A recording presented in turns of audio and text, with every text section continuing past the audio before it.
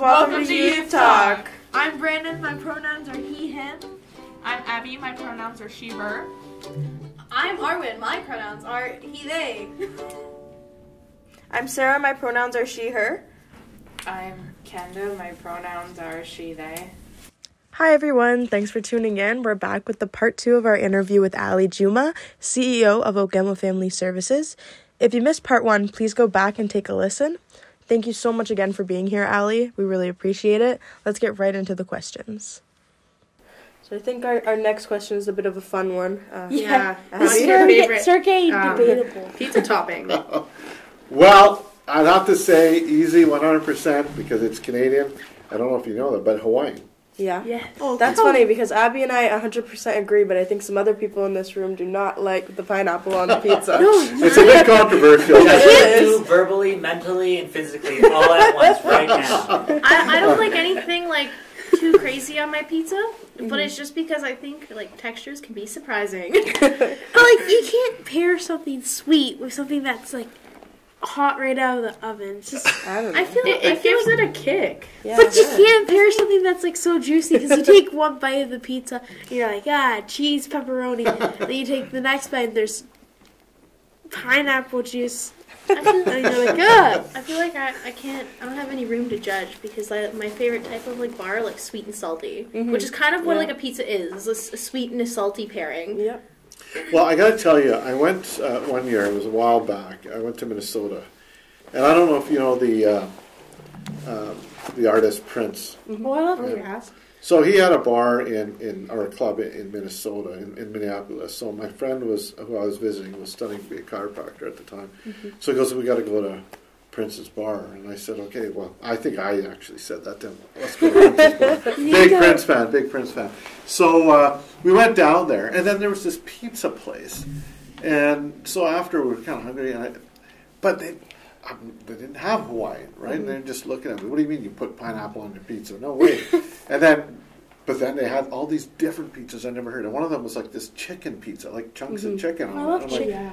I've never had a chicken pizza in my life. So I tried it, and I thought, I don't know. I'm not keen on chicken pizza. I still prefer that ham and point because I'm a creature of habit in some ways. You know, pepperoni pizza, right? That's pretty much the standard. And then Hawaiian or meat lovers or vegetarian. But I never thought about like chicken or fish or other stuff that they were putting on the pizza. There's like I feel like if you go somewhere, there's always something else. Well, like there's always something new that people are putting on pizza every other day. One time I had a taco pizza. It was like taco topping. Wow. There's even breakfast pizzas. Look at that. Well, see? if you go to Toppers and you order off their pizza, there's the chicken pizza. They have a barbecue chicken one, which they put chicken and barbecue sauce on. There's chicken Alfredo too. Yes. There's one of them though that's I love. And it's like the steak spice pizza. And it's vegetables, cheese, their like famous sauce or whatever, and then steak strips with steak spices. And whenever we order from Toppers, my family always gets like their pepperoni pizza or whatever. And I don't really like Toppers pizza that much, but I will. I'm sorry, friend. Catch this boot. Too much. I love Toppers. I don't love their pizza. Don't know why. Never could like pinpoint a reason why. But whenever we get Toppers pizza, I always get my own little small pizza, and it's a steak one.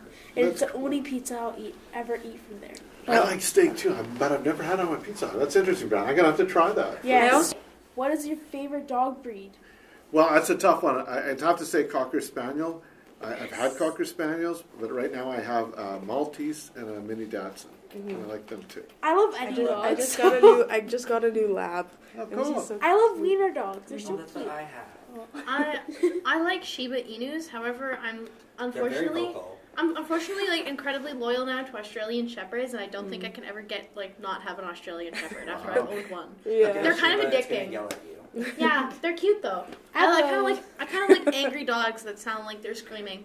I have a pit bull at home and a miniature schnauzer or Havanese mix, but before the one dog died, I had a miniature schnauzer, and they're the cutest, lovable things ever. hug and cuddle with you all day long. The moment you move an inch, like a muscle, even like if you don't even get up or something, they will think someone's at the door. So we had like, she would be at the door every day. And she loved the summertime because we always had our big door open. We have a glass door, and she just laid there looking at everyone. It was amazing. That's awesome. Okay, Fran, you're up. Okay, I know. Allie didn't have an answer to this one. What Pokemon would you switch be? the question if you want. No, so I went and I found the answer. Okay. I feel like What is it? yeah, it's, I know you didn't have the answer, so I went out and Okay, so answered tell it me for about- you. Tell me Okay, that. so the question was, what is your favorite Pokemon? And No, what did you like, pick? She said Master Or what Biz. Pokemon would you be? yeah, what Not Pokemon would you be? not your So- favorite. It's the newest generation. This I Pokemon need is to based take off of pictures. Mob Boss. So not a mob boss necessarily. yeah, that's what it's based off of. Okay, but like, look at it. It's vibes. So It's at nice least you with give Allie. off I need to boss take a energy. picture. You give off boss I need to take a energy. picture. Oh, well, thank you. I need to take a picture of that because my brother probably. Well, that's cool. Well, that's it or something. Yeah, I feel like the looks that it has. It reminds me of. Show him what the pre-evolution is. It starts off as a little punky kid, and then he turns into Oh a my mob gosh. boss. Oh, really? So what are the attributes of this? Okay, so apparently this dog he thinks he's really mean and scary, so he makes that face at people, but it makes them laugh and think it's cute, so he's mad. See, but at the same time. And then he evolves, and he turns into that, and now he's wise, and he's like chilled out and stuff. He Oh, doesn't that's care cool. what people think. But if he opens his mouth, he has like a lot of teeth. I go, oh, I'm gonna show my brother that picture and be like, "Do you know what Pokemon this is?" And they're gonna tell me like 20 different facts. And I'm gonna sit there going, Oh yeah, look, its category is boss. I told you, I know what's up. I'm a big Pokemon stan. Cool. Yes. Okay. The vibes that I got from it were like the kind of dog that you've had for like a really long time. And He you're is like an older dog. yeah, and you're like, Yeah. He has buddy, those vibes. you're holding on for me. The story of the game is actually that though. Okay, let's reel it back, guys. All right. So, what is your favorite food, Allie? Well, one of the things that I didn't say as I first introduced myself is that I identify as Southeast Asian. And so my favorite food is along that line. It's like I like a lot of noodles. So I would say, chow mein, but, I'm here in Sioux. I love a lot of pasta, but that's one of my favorite foods. That's awesome. "Do you like poutine?" Oh, I love poutine. Okay, good. Very French now. All right. Leaving on to that one. Do you cook? Well, I do, interesting enough. Now, it's debatable whether I'm really good at it or not. But what you might not know is that I used to actually have a restaurant here. Oh. And I spent a lot of my youth working in a restaurant, my uncle's restaurant in Vancouver, BC. So I started actually working at 12 years of age in the kitchen, doing a lot of dishwashing, kitchen prep, and so forth. I worked my way up to busboy and eventually waiter. But at the end of the summer, I would work in a rib booth. They had two booths, a chicken booth and a rib booth. And so we had to make ribs, and we sold these at the Pacific National Exhibition. I did that every year for 5 years as a teenager. And then right here in Sault Ste. Marie, I had a Caribbean restaurant. I met this guy, Rutland. I tried his food. It was really good. It was a taste of Jamaica right here in Sault Ste. Marie, and that was like in the mid-'90s. And I came to know him, and he says he loves to cook, but what he doesn't like to do is the business part of it. and so that's kind of how we became friends. I took care of the business part of it, And he just he got to cook. And so we did that for just about a year, and then they tore up Cora Road, and that kind of dried up our business because no one could get to the restaurant, and that was it. So I had that restaurant for a short period of time. But yeah, no, I like to cook. I make a mean fried rice. I could do some omelets, experiment with some pork chops and chicken and beef and stuff. But yeah. Good meals for the family. Yeah. Yeah, for sure. But I'd have to say Michelle, my wife, is the one that does most of the cooking. But I do some now and then, for sure. Help out a little bit. That's good. Yeah. Okay. Brandon? Sure. You got the last one there. What would you like us to know about the programs at AFS or Algoma Family Services? Well, I think what I'd like you to know most of all is that, we've put together, and we've got a really awesome team at AFS. And we've grown that team. And we've got a lot of good people, like Pauline, like Emily. Highly committed, highly dedicated. And you know what? It's a real privilege to be the CEO at AFS because I'm their biggest fan. I think it's so cool. Like, you know, they spend this No, time. I agree, actually, with Brent. Let's give them a round of applause. Yeah. Our amazing people, Pauline and Emily. You know, it's such a pleasure to come to work every day, to work with people who really care, right? They're not here necessarily for the paycheck, right? If they wanted a paycheck, there's probably better, higher paying jobs at the school boards or at the hospitals, you know, for doing similar type of work. But we've created something really special here. And we brought together a lot of cool people. Yeah, we do. Just like you guys bond, right? We do too as well. And it's really cool to hear the ideas that people talk about, right? And I'll give you one very quickly because I know we're short on time. But about 4 years ago, we hired a guy who had a vision. And his vision was to really create a family pride day. And I'm not going to say his name just because I hadn't said I was going to talk about him, so I don't want to out him necessarily in that way. But since that time, we've commemorated or dedicated now 4 pride benches, right? So you've seen that pride bench at the front. We don't have it here in the wintertime, but in the summer it comes out. We've done one at the 90 Chapel. We did one in Elliott Lake to Doug Elliott, who is with us today, a prominent lawyer who's fought very hard for the rights for the LGBTQ2+ community. And then we're going to be commemorating our 4th bench in Wawa, because we want to be not just in the Sioux, but district-wide. And we want this bench to serve as a beacon to say that you will find a safe place at AFS and that you are welcome here, right? We want AFS to be a safe, welcoming, and inclusive environment, no matter who you are. And those benches, you know, we've got so much positive feedback on them from the community. We've even had people who said, why do you have these here, and have made some issue with it, but we've also pushed back and said that we really believe in welcoming all at AFS. And thanks to this person who started it, right, we are a different place. And that's the kind of place that I really enjoy about AFS, is that people's ideas can come forward and things can happen. Like this very podcast. We weren't doing this 2 years ago or even 3 years ago, right? An idea came up, the proposal came forward and said, yeah, let's do it. Let's buy the equipment and let's do it. Because we want the voices of young people to be heard. And what a great way to do that than this podcast. So I think that's really cool. So I want to just talk about 3 new programs that we're launching, because you've heard about, you know, this disruption. We want to do things differently. We don't always want to do the same thing. So we talked a little bit about the Youth Hub, and I'm going to talk a little bit more about that. We're hoping that will open up in April. We were hoping to open up much sooner, but that building's taken some time to renovate.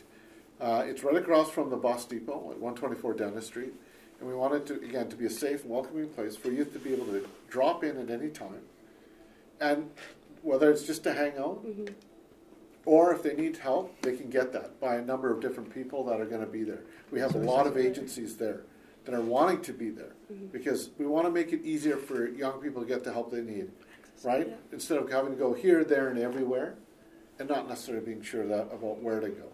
So they can get all that help in one place. We also want young people to be able to come and get a meal. If they need a shower, they need their laundry, they'll be able to do that. We're going to have a job board there, so if they need to earn some money, they can do so by, you know, shoveling snow, cutting the grass, cleaning the washroom, cleaning the kitchen, doing some sweeping. We're inviting our neighbors to put jobs on that job board as well, so then we'll help them cut the grass at a neighbor's place and earn a few bucks, so that when you come there, you're leaving with something, right? Whether you want it, if you want it, right? And an opportunity also to connect with other young people. Yeah. So we think that's really cool. We're really excited. We've been thinking about that for a long, long time. Really and it's not the first time that we've had a youth hub. We've had other youth hubs before, but this is the first time I have to say that where we have as many community agencies coming together to support this, right? It's not an AFS youth hub, it's a community youth hub. AFS has taken a lead role, but it's not an AFS thing, it's a community thing. And that's picking up momentum. I'm really excited about that. The other is the live-in treatment program that I talked about a little bit earlier. This is for young people who have significant mental health or substance use challenges that can't get their treatment right here in the community and have had to leave our community to get it. Well, we want them to stay. right? Because it's really important for them to have that connection to their community. It's really important for their family to be part of that treatment that the young person is getting. And it's really important, especially if they're Indigenous, to be connected to their culture instead of being removed from that. Or if you're Finnish, there's lots of Finnish people, or if you're Italian, no matter who you are, that you have culture, and when you're away from that, you're removed from that. And you shouldn't have to make a choice between your family, your community, and your culture or to get the help. But yet, so many young people have to, unfortunately. So we're really excited. We're hoping that will also come online in the next month or two. Awesome. And we're working really hard to get both those programs up and running. The last one I want to talk about really quick is the Youth and Family Advisory Council. And we have a Youth Action Council as part of the Youth Hub. We've got 15 youth right now that are working with our team to help design and create programs at the Youth Hub. But this Youth and Family Advisory Council will help inform the services right here at AFS. So that we can make sure that the services that we're offering meet the needs of the people who need the help, when and where they need it. Because for so long, agencies like AFS have made those decisions independent of really what those who are using those services need. And so this now gives us the opportunity to say, hey, we're thinking about this new service, what do you think? And when should we offer it? And how should we offer it? What will work, right? Instead of just putting it out there. So I want to close by saying this, that we're really working hard to make sure that those that need our help get the help in the way they need it. And I want you to envision a puzzle board. And I want you to think of a square peg and a round hole, right? So basically for years and years and years, anyone who's needed help has had to try and fit in this round hole, right? Even though, have you ever tried, I don't know if you tried, just envision trying to fit a square peg in a round hole. Does it fit? No. So what we're fundamentally trying to do is change the hole, not change the people. Not having the people have to work around us, but us working around them. That's what's going to work best, right? Otherwise, a lot of people are going to be left behind. A lot of people are not going to get the help that they need. And we feel really strongly and passionately that we got to be able to do this in a way that makes sense. Because who's this about? Is it about us? No. It's about the people that we want to help. And I'm really thankful that I've had this opportunity with you tonight just to talk a little bit about what we're doing. And I think it's so cool that we're doing it in this way. So I look forward to hearing the finished product. I'm going to ask you one more question. Yeah, that wasn't on the list, but if any of our listeners were wanting to get services from AFS, what's the easiest and best way they could go about doing that? Well, the easiest way, because it's online 24/7, you don't have to wait for a call, is that you can go on our website and there's an opportunity for you to ask for help. Perfect. And we'll respond to that the moment that we get that message. Usually the following day is when we get to the office. Otherwise, the other easiest way is just to call. And I'm very proud of this. We're very proud of this. We're one of the few places where when you call, you actually get a live voice. You don't get a voicemail. You press 1, press 3, 5 presses and you're still not talking to someone. How frustrating is that? It is so frustrating. And I have actually noticed that this is one of the few places that you talk to a real person. Yeah, it is much appreciated. And I want to give out a shout out to Emily, because Emily oversees all of that and makes sure that, again, that right service at the right time is that you get a friendly voice, someone who's there to help you, versus press 1, press 3, and then if your phone disconnects, then you have to start that all over again, right? How frustrating is that? Oh, that happened a couple times. Yeah, Too.